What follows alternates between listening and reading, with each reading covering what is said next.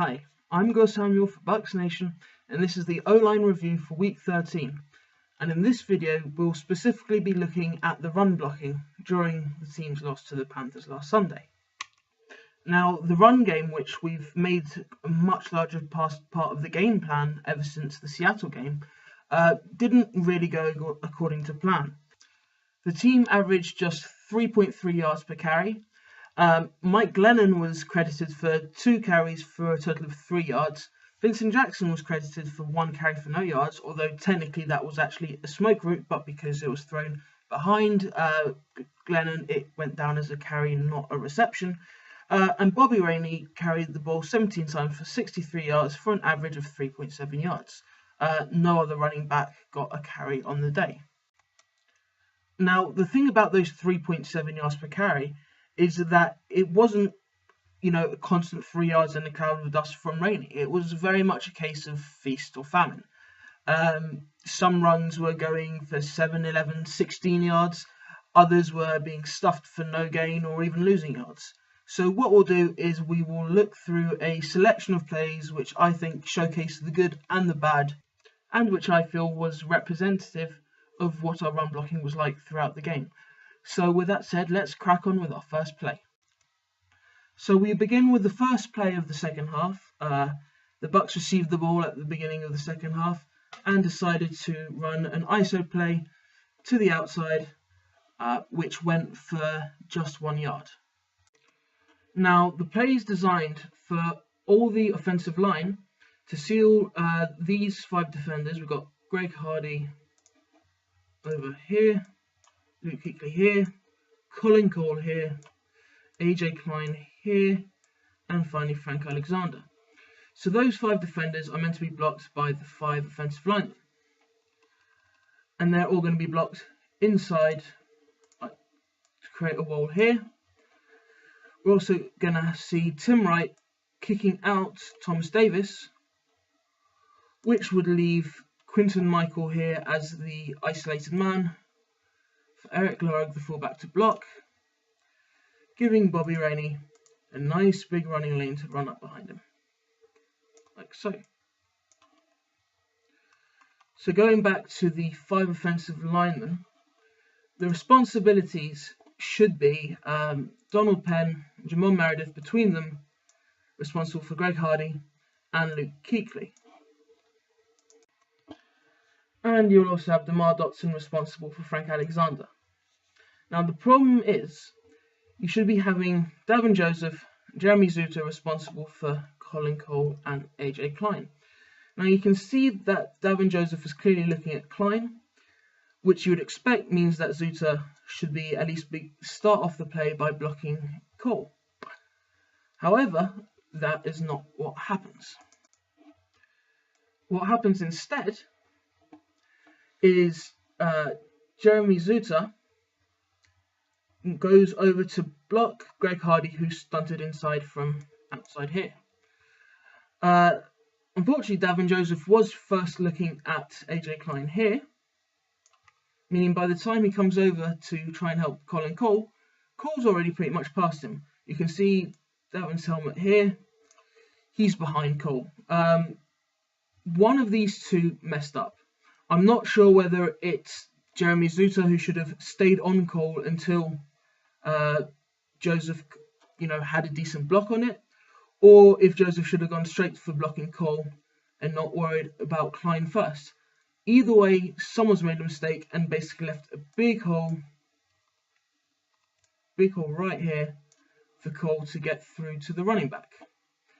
I'll also point out that you've got a stunt here, so Donald Penn doesn't chase Greg Hardy, but rather is in position to block Luke Kuechly. Now on the play side of the ISO, everything actually works pretty much like it's drawn up in the playbook. We've got Tim Wright actually getting a nice good block in on Thomas Davis. We have Eric Lorig met Quinton Michael, and Donald Penn is blocking in Luke Kuechly. And you'd expect Penn, with his size advantage, to be able to drive Kuechly back here, leaving a nice big alley over there for Bobby Rainey. The problem is Bobby Rainey has already been met in the backfield by Colin Cole, while Joseph and Zuta look on. So there's been some kind of communication breakdown between Joseph and Zuta. Without a copy of the playbook, I can't tell who made a mistake, but you can be assured that one of the two of them will have gotten themselves a telling off in the film room the next day. So the next play we'll look at similarly features some poor communication leading to a bad play. So this is another ISO play, this time up the middle. So we're going to have Donald Penn blocking out Greg Hardy, Davin Joseph blocking out Lotu Lele, and DeMar Dotson blocking out Frank Alexander. So here's what you'd expect in an ISO. You'd expect a double team on the one tech always, which would be between Zuta and Meredith in this case. And then you'd expect one of the two to come up to block AJ Klein. Now, in this case, the fullback's got two potential paths. Now, some playbooks will let the fullback choose which two paths he wants, and others will dictate which of the two holes he's to hit. So, Laurie can either come up this B gap to block Luke Kuechly, or he can come up this B gap to block Mike Mitchell, who will be coming down to meet the hole.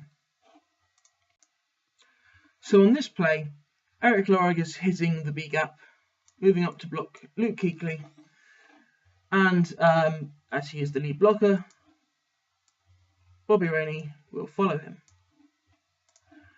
The problem is Jeremy Zuta. Zuta gives Cole a shove over to the same hole as Lorig is about to hit, because he's then going to peel up and block Klein. The issue is Jamon Meredith doesn't have any sort of outside leverage on Cole. As you can see, Cole's outside leg is further out than Meredith's leg, otherwise you'd be able to see it in this screenshot. Without having any outside leverage, it's going to be pretty hard for Meredith to stop Cole coming into the hole and messing up the play. Now here's why I call this another example of communication breakdown. With Zuta blocking Cole so violently away from this gap here, I personally would have thought that he would be expecting Lorig to come up the A gap, blocking Mitchell. And you can see the logic behind that. Mitchell's further away from the hole, so Rainey with his speed would be able to potentially get more yards than he would having to try to get through Luke Kuechly. That would also explain why Meredith isn't getting any outside leverage here, because he doesn't want outside leverage. He wants inside leverage in order to be able to push Cole further away from this A gap, which, like I said, from the action of these two linemen, you might expect to be the hole Lorig was supposed to hit. It is, of course, entirely possible that Lorig was supposed to hit that hole and Meredith just failed to get outside leverage.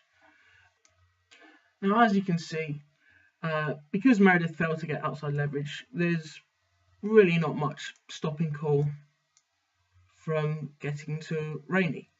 Now, this is where I will criticise Lorig. It's an ISO play.